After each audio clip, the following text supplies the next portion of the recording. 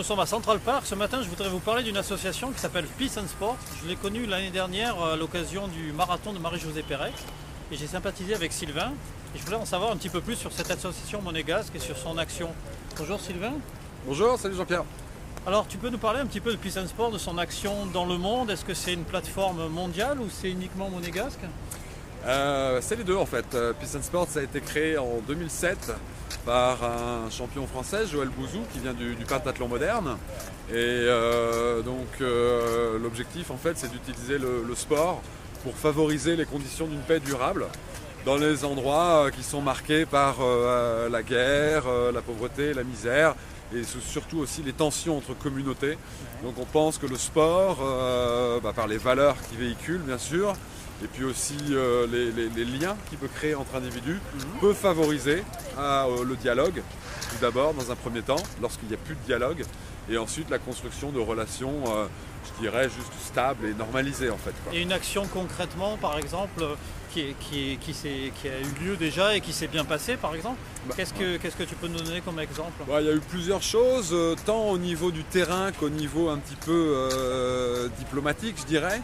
Par exemple, on a organisé en 2011 une compétition internationale de tennis de table au Qatar, entre la Corée du Nord, la Corée du Sud, entre l'Inde et le Pakistan. Enfin, il y avait 8 pays en tout, Corée du Nord, Corée du Sud, Inde, Pakistan, États-Unis, Russie. Vous avez quand même choisi un terrain neutre. Voilà, il y a un terrain neutre, des soutiens politiques évidemment, donc là en l'occurrence le Qatar.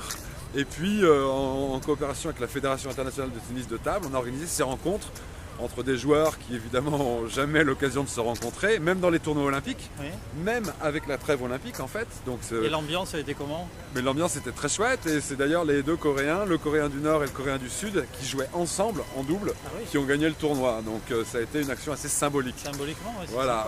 Sinon on a aussi des actions de terrain. Par exemple, on organise les Jeux de l'amitié à la frontière entre le Burundi, la République démocratique du Congo et le Rwanda. Tout le monde connaît l'histoire très marquée de cette région-là, évidemment. Et beaucoup de peur, beaucoup de tensions dans cette zone frontalière entre les différentes ethnies. Et donc tous les ans, au mois d'août, on organise 3 jours de rencontres sportives entre à peu près 300-350 enfants des différentes ethnies et nationalités pour qu'ils recréent des liens entre eux par le sport, encore une fois. Et ici à New York, donc, qu'est-ce que représente l'action? Je veux dire, c'est uniquement des Français, c'est international. Vous êtes combien? D'accord, donc nous on est partenaire déjà avec le New York Roadrunner sur le marathon de New York. Chaque année, on achète des dossards garantis à New York Roadrunner, qu'ensuite on propose à des coureurs qui seraient évidemment intéressés pour courir le marathon, en levant des fonds pour Peace and Sport. D'accord, c'est un système de charity qui est de plus en plus courant, qui est un modèle un peu anglo-saxon. Complètement. Donc l'idée, c'est que les gens achètent un dossard et ensuite ils doivent reverser au total 2500 euros ou dollars? Euros. Donc pour New York, pour pouvoir bénéficier du dossard gratuit, on l'offre le dossard, il faut faire une levée de fonds de 2500 euros.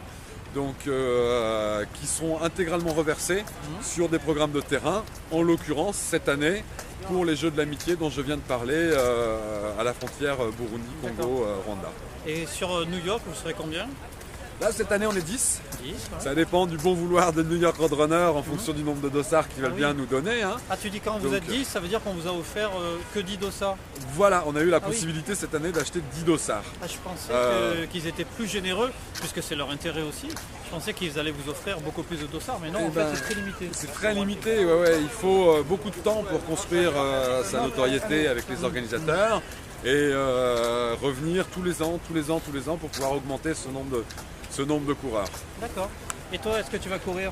Ouais, je cours demain, ce sera mon deuxième. J'ai déjà fait en 2011. En fait, on a créé ce programme donc, de marathon solidaire en 2011. Et comme j'étais chef de projet, j'ai pris un dossard, j'ai fait la levée de fonds de 2500 euros parce que je voulais voir ce que ça faisait.